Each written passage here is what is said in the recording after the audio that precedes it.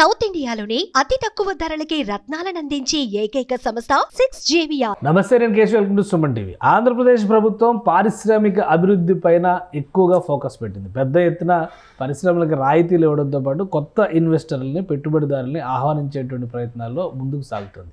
మరొకసారి ఒక క్లియరెన్స్ ఇచ్చింది. ముఖ్యంగా ఇండస్ట్రియల్ ప్రమోషన్ బోర్డుకి సంబంధించినటువంటి సమావేశంలో 44,000 కోట్లకు పైగా ఇన్వెస్ట్మెంట్స్కి సంబంధించిన పనులకి గ్రీన్ సిగ్నల్ ఇచ్చింది ఏపీ సర్కార్. ఇందులో ఉన్నటువంటి ప్రత్యేకతలు ఏంటి, దీనివల్ల ఉపాధి మార్గాలు ఎంతవరకు పెరుగుతాయి, ఈ అంశాలు విశ్లేషించే ప్రయత్నం చేద్దాం. మనతో పాటు అనలిస్ట్ సుబ్రహ్మణ్యం గారు ఉన్నారు. సుబ్రహ్మణ్యం గారు నమస్కారం. నమస్కారం సార్.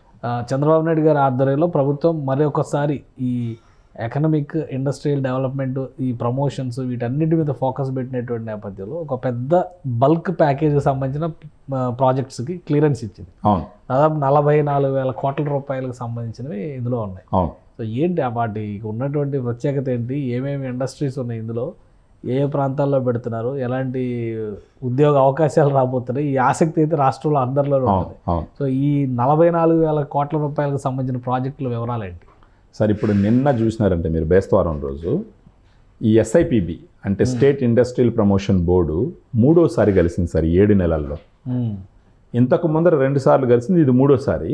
అయితే ఇప్పుడు వచ్చేసి 44,700 చిల్లర కోట్లకి వచ్చిన ప్రపోజల్స్, కంపెనీలు పెడతామని వచ్చిన ప్రపోజల్స్ ఆమోదించడం జరిగింది. దీని ద్వారా ఇంచుమించు 19,500 మందికి ఉద్యోగాలు వచ్చే అవకాశం ఉంది సార్. ఫస్ట్ విడత 2 మీటింగుల్లో మీరు చూసినారంటే ఒకసారి 83,000 కోట్ల పెట్టుబడులకు ఆమోదం ఇవ్వడం జరిగింది. తర్వాత 1,82,000 కోట్లు పెట్టుబడులు పెట్టేదానికి సంబంధించి ఆమోదం ఇవ్వడం జరిగింది. ప్రత్యేకించి ArcelorMittal, తర్వాత BPCL, వీటన్నిటికి సంబంధించి. ఇప్పుడు మూడోసారి నిన్న మీటింగ్తో చూసినారంటే మొత్తం ఇంచుమించు 3,10,000 కోట్లు పెట్టుబడితో ఇంచుమించు 3 లక్షల మందికి ఉద్యోగాలు వచ్చేటటువంటి ఒక అవకాశం సార్. ఓకే. సో ఈ 7 నెలల్లో ఇక్కడ వరకు 3 సార్లు మీటింగ్ అయ్యి అప్రూవల్ చేయడం జరిగింది. దీని ద్వారా రాష్ట్రం యొక్క పారిశ్రామిక అభివృద్ధి 20% గ్రోత్ అవ్వాలా అని చెప్పేసి ఒక టార్గెట్గా పెట్టుకోవడం జరిగింది అనమాట. అది కాకుండా చంద్రబాబు నాయుడు గారు చెప్పింది ఏంటి అంటే 10 కోట్ల పైన ఎవరు పెట్టుబడి పెడతానని వచ్చినా సరే దాన్ని సీరియస్గా తీసుకొని ఇమ్మీడియట్గా దానికి కావాల్సిన అనుమతులు ఇచ్చి వాళ్ళకి చేయాల్సిన సపోర్ట్ చేసి వాళ్ళు వర్క్ స్టార్ట్ చేసే విధంగా గవర్నమెంట్ వర్క్ చేయాలని చెప్పేసి ఒక ఇన్స్ట్రక్షన్ ఇవ్వడం కూడా జరిగింది. తర్వాత మొన్న దావోస్కి వెళ్ళి వచ్చిన తర్వాత కూడా దావోస్లో డెన్మార్క్కి సంబంధించి వేరే కొన్ని కంపెనీలు ఇంట్రెస్ట్ చూపించిన తరుణంలో వాళ్ళతో టచ్లో ఉండి వాళ్ళతో ఫాలోఅప్ చేసి ఆ కంపెనీలు కూడా ఆంధ్రప్రదేశ్కి తీసుకురావాలా అని చెప్పడం కూడా ఒక పాయింట్గా జరిగింది. ముఖ్యంగా ఇప్పుడు వచ్చినటువంటి 44,700 కోట్ల పెట్టుబడుల్లో వచ్చి అగైన్ దేనికి సంబంధించింది అని అంటే ఈ పునరుత్పాదక విద్యుత్కు సంబంధించింది, ఫుడ్ ప్రాసెసింగ్కి సంబంధించి ఇంచుమించు 15 కంపెనీలు సార్. కోస్టల్, ఇప్పుడు పునరుత్పాదక విద్యుత్ అంటే మనకు గుర్తొచ్చేది కర్నూలు, ఈ అనంతపురం, ఈ చుట్టుపక్కల ఇటుపక్క రెన్యూబుల్ ఎనర్జీ, విండ్ పవర్, దానికి సంబంధించి. ఫుడ్ ప్రాసెసింగ్ యూనిట్లు అంటే మనకు గుర్తొచ్చేది కోస్టల్ బెల్ట్, అంటే ఈ సీ ఫుడ్ అంటే ఈ రొయ్యలు, చేపలు, తర్వాత వ్యవసాయ ఉత్పత్తులు, వీటన్నిటికి సంబంధించి ఫుడ్ ప్రాసెసింగ్ యూనిట్లకు సంబంధించి ఒక 15 కంపెనీలకు అప్రూవల్ ఇవ్వడం జరిగిందనమాట. ఇప్పుడు దీని ద్వారా ఇంకొక ఇన్స్ట్రక్షన్ కూడా ఏంటంటే వాళ్ళు మాట్లాడింది వచ్చేసి ఇంకొక 3 నెలల్లో ArcelorMittal, తర్వాత BPCL పనులు స్టార్ట్ అవుతాయని చెప్పేసి చంద్రబాబు నాయుడు గారు చెప్పడం జరిగింది. సో ArcelorMittal అంటే వైజాగ్లో ఇంకో స్టీల్ ప్లాంట్. అవును, ఇదేమో నెల్లూరు జిల్లా. ఇది నెల్లూరు జిల్లాలో BPCLలో 3 నెలల్లో దాని వర్క్ స్టార్ట్ అవుతుంది. అది ఇంకా తొందరగా అయ్యే విధంగా ఏదన్నా ఉంటే కావాల్సిన సపోర్ట్ అంతా చేయాలని చెప్పేసి అక్కడ ఉన్నటువంటి అధికారులకి, మంత్రులకి ఆయన ఇన్స్ట్రక్షన్ ఇవ్వడం జరిగిందనమాట. సో ఇంచుమించు ఇప్పటికీ ఈ ఇండస్ట్రీస్కి సంబంధించి గత 7 నెలల్లో 3,10,000 కోట్ల పెట్టుబడి, ఇంచుమించు 3 లక్షల మందికి ఉద్యోగ అవకాశాలు. వాళ్ళు మొత్తం పెట్టుకున్న టార్గెట్ ఏంటి అని అంటే 20 లక్షల ఉద్యోగాలు. ఓకే. సో 7 నెలల్లో 5 ఏళ్లలో 20 లక్షలు, 5 ఏళ్లలో 20 లక్షల ఉద్యోగాలు.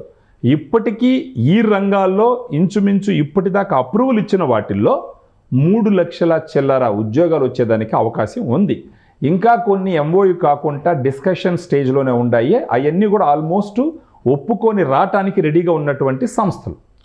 సో ఈ విధంగా మనకి 7 నెలల్లో 3 లక్షల ఉద్యోగాలు టార్గెట్ రీచ్ అయ్యే విధంగా వాళ్ళు కంపెనీలు తీసుకొచ్చి పెట్టినారు అని అంటే ఇంకా ఇంకొక 5 నెలల్లో ఖచ్చితంగా వాళ్ళు ఫస్ట్ ఇయర్ టార్గెట్ ఒక 5 లక్షలు 4 లక్షలు తీసుకోవాలి. ఇప్పుడు 5 సంవత్సరాలు సంవత్సరానికి యావరేజ్ 4 లక్షలు తీసుకున్నా కానీ 20 లక్షల ఉద్యోగాలు.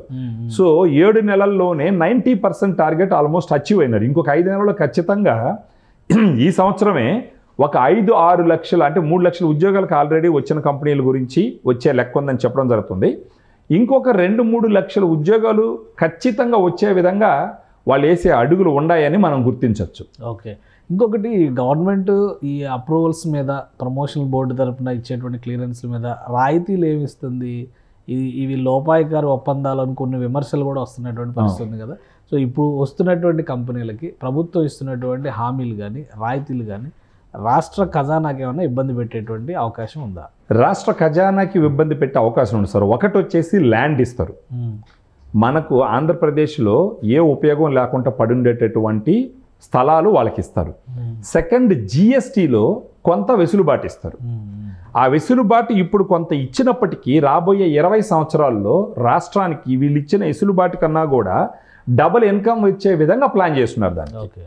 సో ఇప్పుడు మనం ఒకటి చూడాలి ఇక్కడ ఏంటనంటే, ఈ సంస్థలన్నీ వచ్చినాయంటే ఫస్ట్ ఉద్యోగ కల్పన జరుగుతుంది. దానికి సంబంధించిన అనుబంధ సంస్థలు కొన్ని వస్తాయి. ఆ రకంగా కూడా ఉద్యోగాలు వస్తాయి జనాలకి. ఆ తర్వాత వచ్చేసి గవర్నమెంట్కి ట్యాక్సెస్ రూపంలో కొంత రాయితీలు ఇవ్వడం జరిగింది. ఇంకో రకమైన ట్యాక్సులు వచ్చేదానికి అవకాశాలు ఉన్నాయి. సో ఇప్పుడు ఒకటి కావాలంటే ఒకటి వదలాల. సో వాళ్ళని ఆకర్షించేందుకు ఏదైనా ప్రయత్నం చేయాలి. ఇప్పుడు ఎంతసేపు పట్టినా లానా బ్యాంక్ వస్తుంది, దేనా బ్యాంక్ కూడా ఉండాలి. దేనా బ్యాంక్ ఉంటేనే లానా బ్యాంక్ వస్తుంది. సో ఇప్పుడు గవర్నమెంట్ వాళ్ళకి లేకపోతే మన రాష్ట్రానికి ఎందుకు రావాలి సార్? గత 5 సంవత్సరాల్లో జరిగినటువంటి బీభత్సం మీరు చూస్తే, వచ్చిన కంపెనీలు ఏడబెట్టదు దాడబెట్టదు మాకు ఇస్తేనే పెట్టండి, ఆఖరికి కియా మోటార్స్ కూడా మా లారీలు నువ్వు కానీ పెట్టుకోకపోతే అని చెప్పేసి ఓపెన్గా బెదిరించినటువంటి సందర్భం. కియా మోటార్స్ లాంటి సంస్థని, అలాంటి ఒక ఆలోచన విధానం ఉన్నటువంటి రాష్ట్రంలో ఇక మీదట ఎవరన్నా రావాలన్నా కూడా 10 సార్లు కాదు 100 సార్లు ఆలోచిస్తారు. అలాంటి సిచ్యువేషన్లో వాళ్ళకి ఏదన్నా కొంచెం అట్రాక్టివ్గా వీళ్ళు రాయితీలు ఇవ్వడము, సపోర్ట్ చేయడము చేయకపోతే వాళ్ళు ఎందుకు రావాలి అక్కడికి? ఎంత ఇప్పుడు గుజరాత్కి తీర ప్రాంతం ఉంది, మనకన్నా ఎక్కువ తీర ప్రాంతం ఉంది.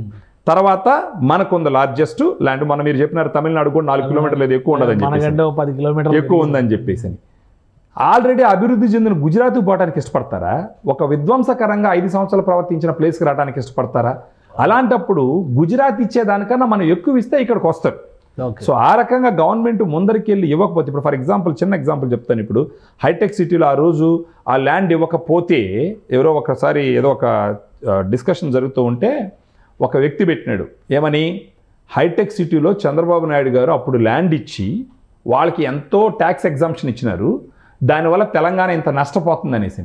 ఆ రోజు ఆ ట్యాక్స్ ఎగ్జామ్షన్ వాళ్ళకి ఇవ్వకుంటుంటే వాళ్ళు వచ్చి ఉండేవాళ్ళే కాదు, వాళ్ళు రాకుంటుంటే ఈరోజు ఈ ఆదాయం ఉండేదే కాదు, సెక్టర్ అనేది డెవలప్మెంట్ అయ్యేదే కాదు. సో మనకు భవిష్యత్తుకు ఒకటి కావాలంటే ఇప్పుడు ఇచ్చే రాయితీలు కానీ సపోర్ట్ కానీ దాన్ని పెట్టుబడిగా చూడాలే కానీ అదేదో లోపాయకార ఒప్పందంగా వీళ్ళదేది ఇచ్చేసినారని కాదు. అట్లా అనుకుంటే ఇంతకు ముందు న్యాచురల్ వనరులు అన్నింటిని దోచేసినాం కదా.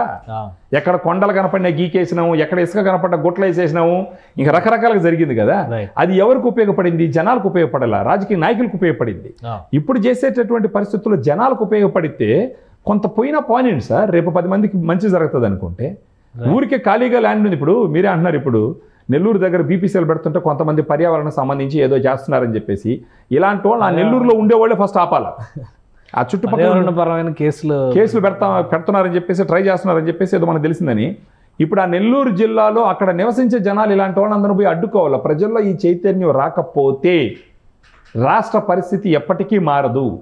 చదువుకున్న వాళ్ళు, అంతో ఇంతో ఇంగిత జ్ఞానం ఉన్నవాళ్ళు, మంచి చెడు ఆలోచించి నిర్ణయం తీసుకొని ఇలాంటి అరాచక శక్తులను అడ్డుకొని, ఎప్పుడు పర్యావరణ అప్రూవల్స్ లేకుండా ఎవరు ఏది స్టార్ట్ చేయరు సార్. ఈ రోజుల్లో కుదరదు. ఒకప్పుడు అంటే ఓకే అనుకోవచ్చు, ఈ రోజుల్లో కుదరదు. ఇంకా స్ట్రిక్ట్ అయింది, ట్రాన్స్పరెన్సీ పెరిగింది. ఇప్పుడు ఎక్కడ చిన్న పొరపాటు జరిగినా 5 నిమిషాల్లో, ఇక్కడ ఏదైనా పొరపాటు జరిగితే ఢిల్లీలో నెక్స్ట్ 5 సెకండ్లో తెలిసిపోతుంది. సో ఎవరు ఊరుకోరు.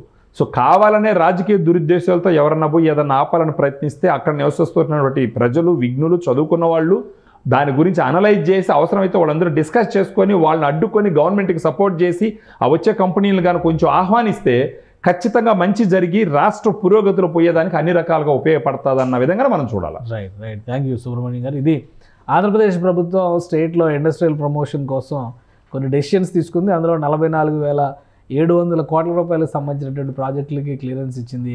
ఉద్యోగ అవకాశాలు కూడా దీనివలన భారీగా పెరుగుతాయనేటువంటి అంచనాలు వేస్తున్నాయి.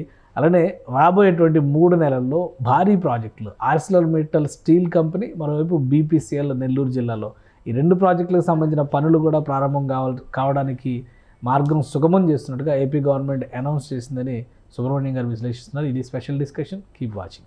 సుమన్ టీవీలో మీ పర్సనల్ అండ్ బిజినెస్ ప్రమోషన్స్ కోసం కింది నెంబర్కి కాంటాక్ట్ చేయండి.